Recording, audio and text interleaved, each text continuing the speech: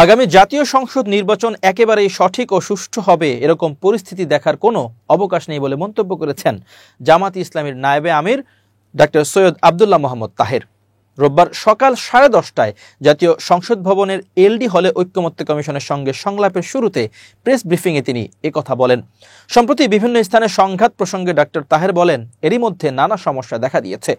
পাবনায় জামায়াতের নেতাকর্মীদের মারধর করা হয়েছে, এখনও নির্বাচন ঘোষণা করা হয়নি, তার আগেই জায়গা দখল, এলাকা দখল চলছে।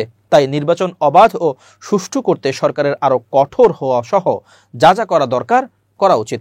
সংস্কার শেষে যত দ্রুত সম্ভব নির্বাচন দিতে হবে। ডক্টর তাহের আরো বলেন, নির্বাচন কমিশনের কিছু ভূমিকা আরো প্রশ্নবিদ্ধ মনে হচ্ছে, সরকার যেন সেদিকে খেয়াল রাখে। নির্বাচনের আগে লেভেল প্লেইং ফিল্ড ঠিক করতে হবে। তিনি বলেন, নির্বাচনের সুস্পষ্ট টাইমলাইন না থাকায় অস্থিরতা দেখা দিয়েছে, তাই বেশি সময় না নিয়ে সরকারের বিষয়ে একটা ঐক্যমত্যে পৌঁছানো উচিত।